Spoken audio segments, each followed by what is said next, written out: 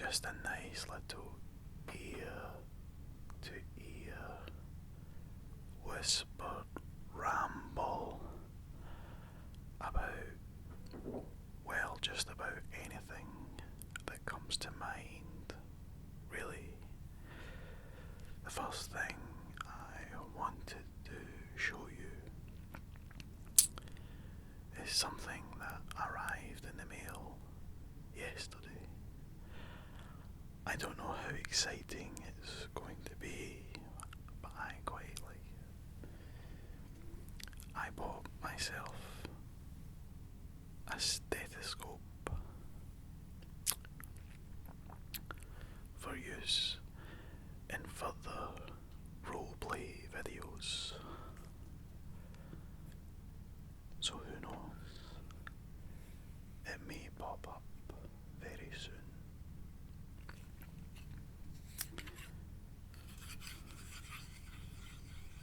Makes a cool little sound when you pop it. Anyway, that's, I suppose, just a little update about what I may very well be doing soon. So, why don't I tell you a little bit about myself? I am originally from Glasgow in Scotland, and I have been living in London for about the last 3 years. I really quite like it down here. It's good fun. There's always something to do.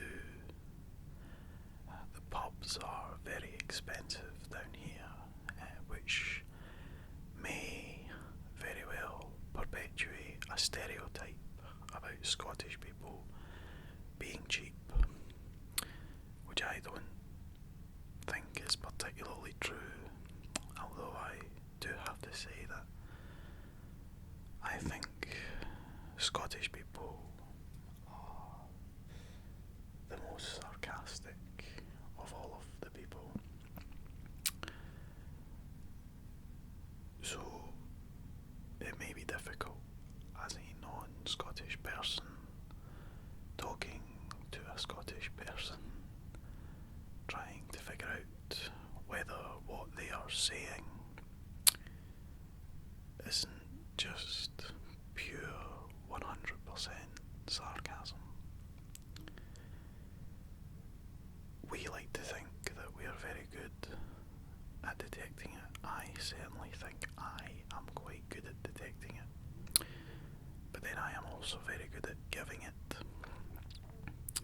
So who knows, maybe it's like on the TV show Lie to Me, where some people just have an inbuilt magic X-Men mutant power to detect when people are lying, and I have the X-Men power of being able to tell when people are being sarcastic.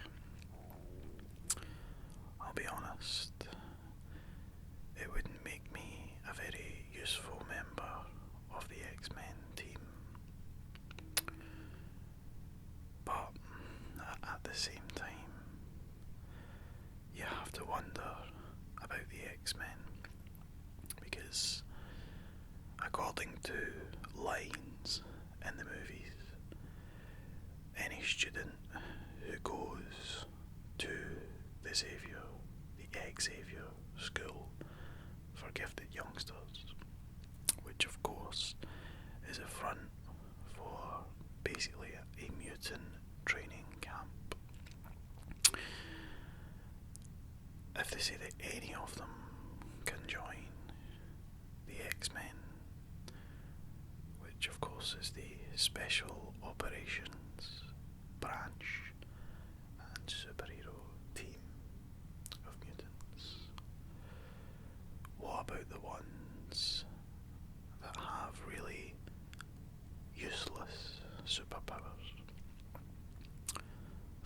example, there's a kid in X-Men 2 whose only discernible power is that he can change TV channels with a blink of an eye. And by that, I don't mean he does it really quickly. I mean that he literally blinks and the TV changes channel. Now,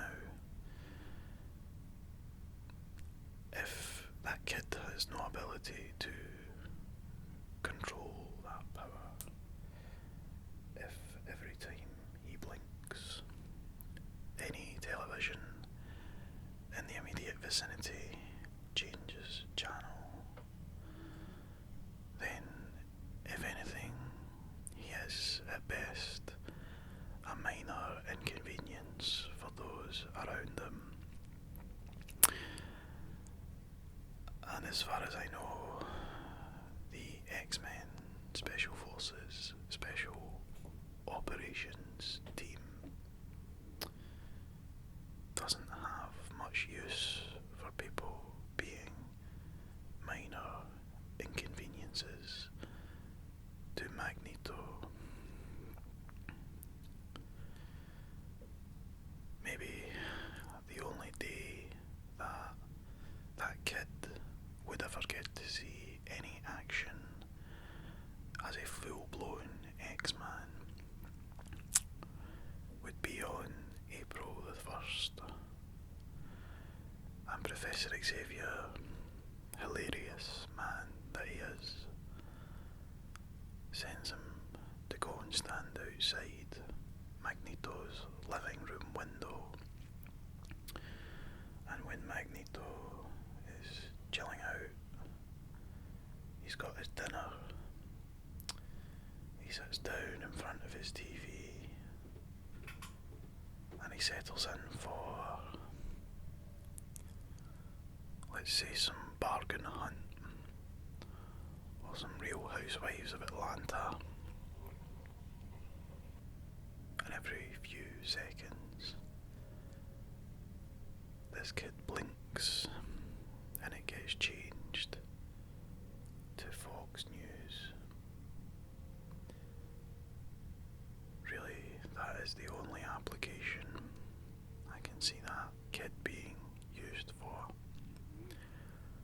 which is a shame, because the X-Men themselves are supposed to stand for equal rights and civil liberties and social justice.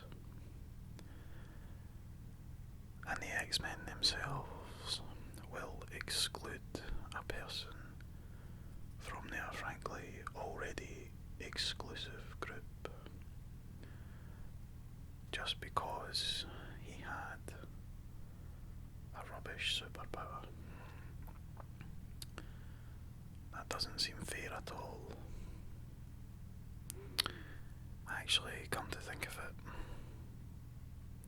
how did that kid get that superpower? What we're told is that mutants' special powers manifest themselves at puberty, and that they come as a reaction to great levels of stress. So maybe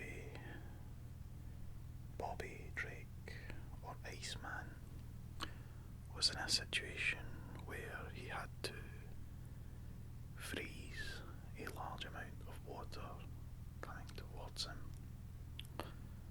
and so manifested his ice-based powers.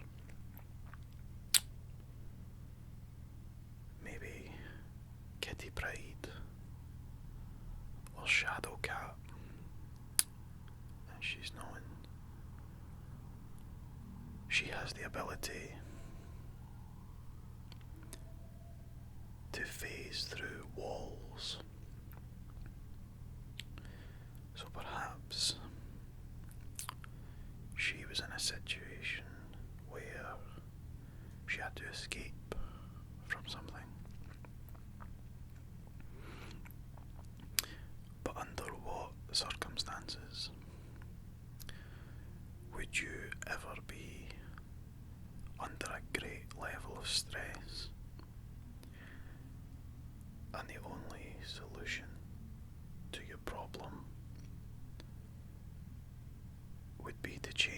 television channel.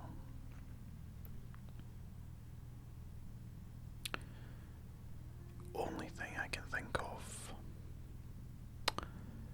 is that perhaps he was watching something a little bit naughty and had to change the channel before his parents walked in on him.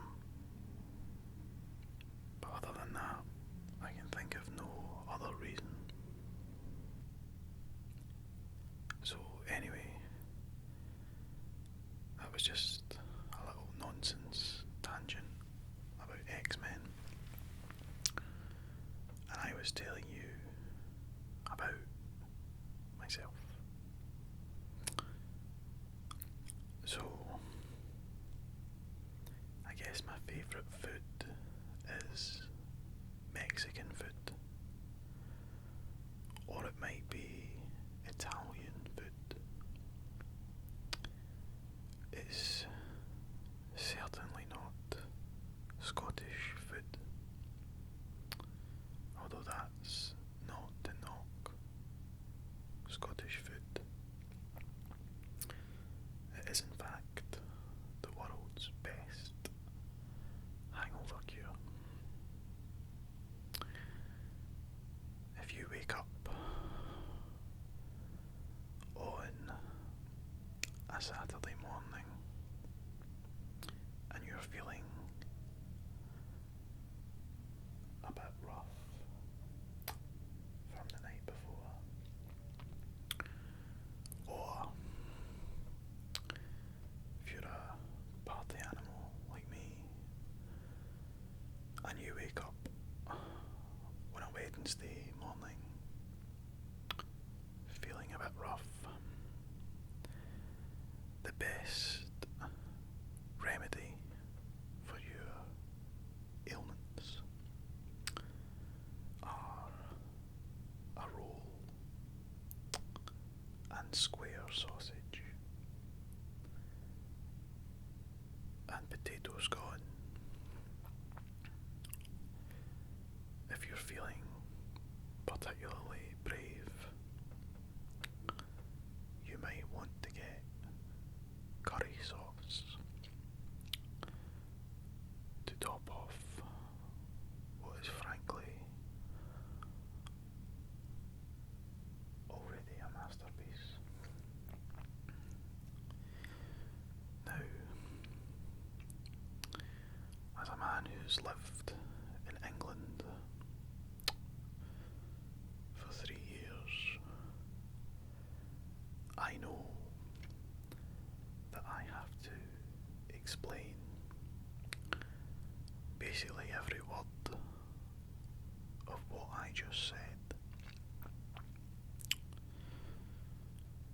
So a square sausage is a bit like a sausage patty, almost kind of burger-like in consistency. I find that a lot of people think that I say burger in a hilarious way, so bonus, you're welcome. Anyway, it's quite burger-like, but it's made of sausage meat, or what I presume to be sausage meat.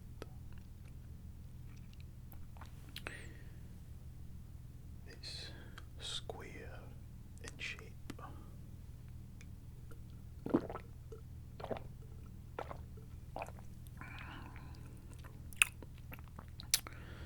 Hence the name square sausage.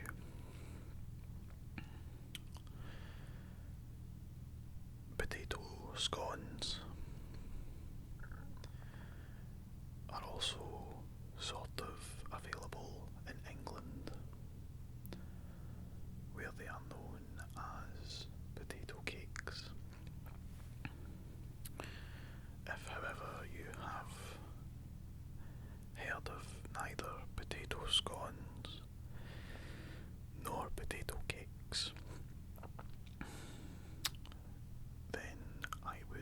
suggest googling it, because it's 2016 and that is a thing that we have now.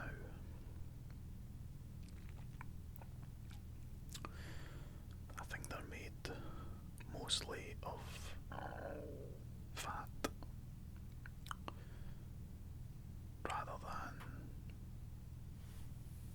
actual potato. I would have to look that up, but I certainly know for sure that even if they are calling it a fat scone, probably wouldn't do much for the marketing campaign. Then you want to wash it down with a nice bottle of iron brew, sort of spelled the way it sounds. If we were living in a world with no vowels, it's spelled IRNBRU.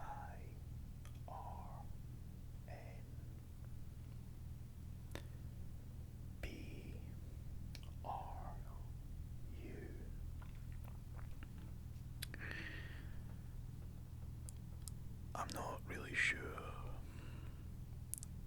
what flavour it is actually supposed to be. It is orange in colour, but it doesn't taste like an orange. Or indeed, like anything even associated with the colour orange.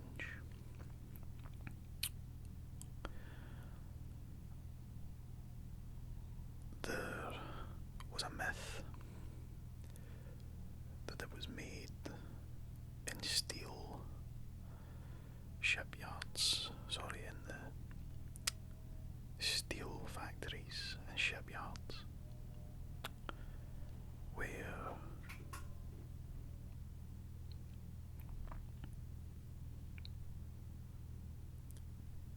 the men working in those shipyards would take hot steel girders while they were still orange and pour water into it, thereby creating a brew that can't be right though,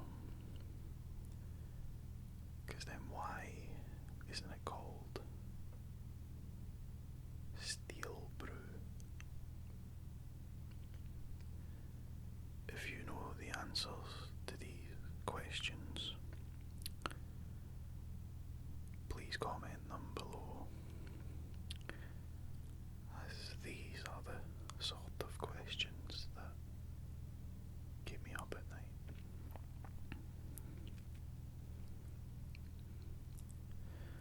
Iron brew comes best in one particular form.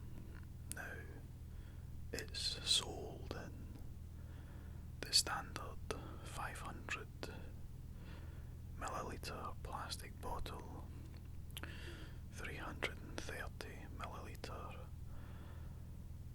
can, and your textbook 2-litre plastic bottle. However, it's also available in a 1-litre glass bottle, and for some just tastes 100,000 times better when drank out of a glass bottle.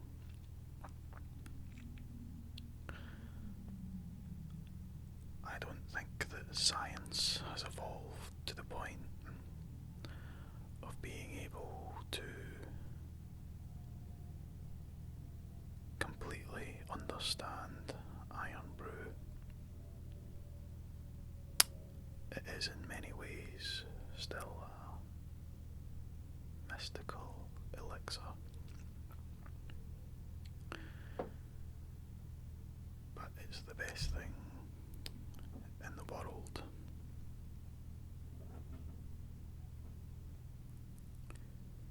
One of the most interesting things about glass bottles of iron brew is that you used to be able to take them back to the shop you bought them from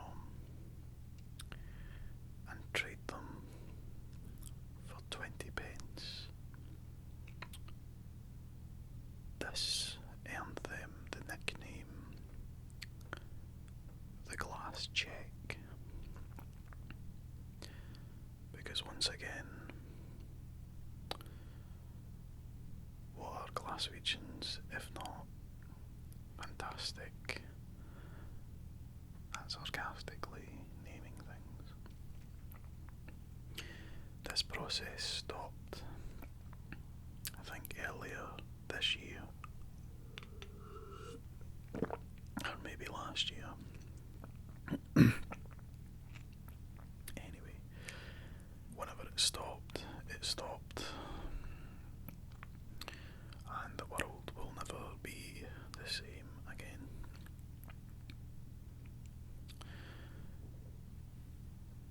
I've got a table down here with some random stuff on it. Oh, that's what I was going to show you.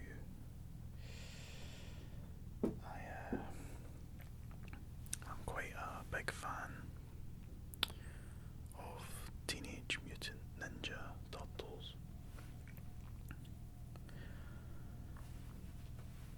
and I've got some figurines that I just thought I would show you and have a bit of a ramble about.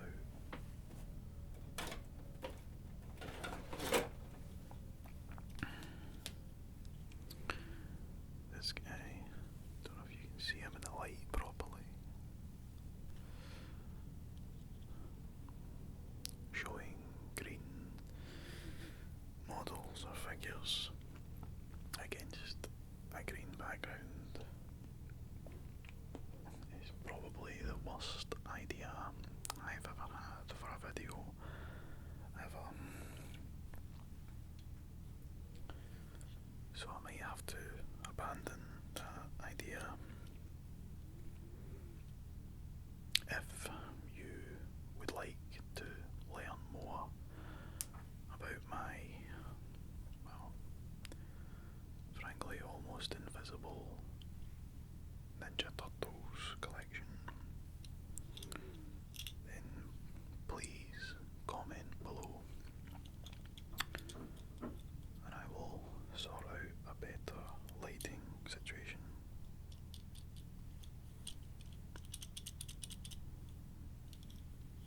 Quite a cool little sound he makes.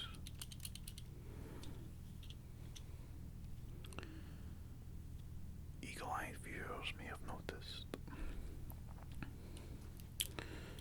that even though this is pretty clearly Leonardo of the Teenage Mutant Ninja Turtles, based on his two swords, he actually has a red bandana, which was a trademark, of course, of Raphael, my favourite of the Ninja Turtles.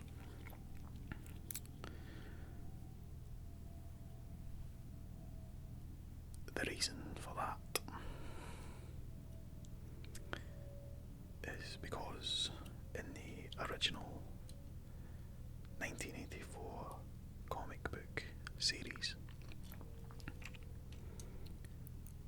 which was in black and white originally. When they started releasing coloured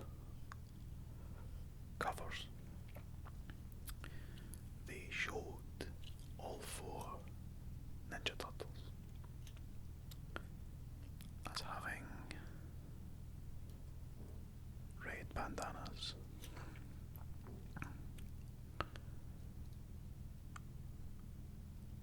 It wasn't until the animated series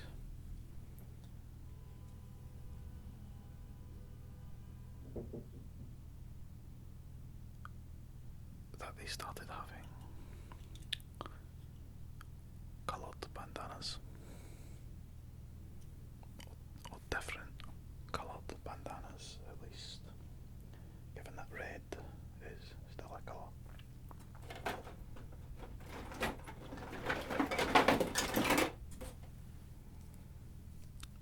For example, that's probably Leonardo, as you're more used to him, although he is covered in quite a lot of dust, and he drops things. Two aspects very uncharacteristic of both ninjas and turtles.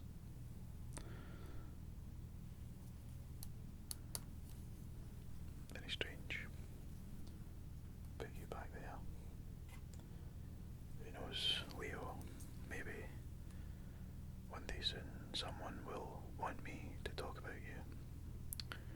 We'll see, son.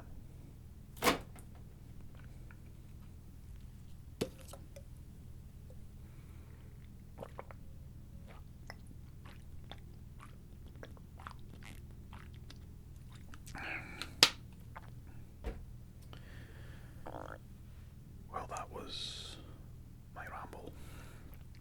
I certainly hope that you've enjoyed it and that your total IQ score hasn't gone down any for listening to whatever absolute nonsense I just talked about for the last wee while. I hope this has helped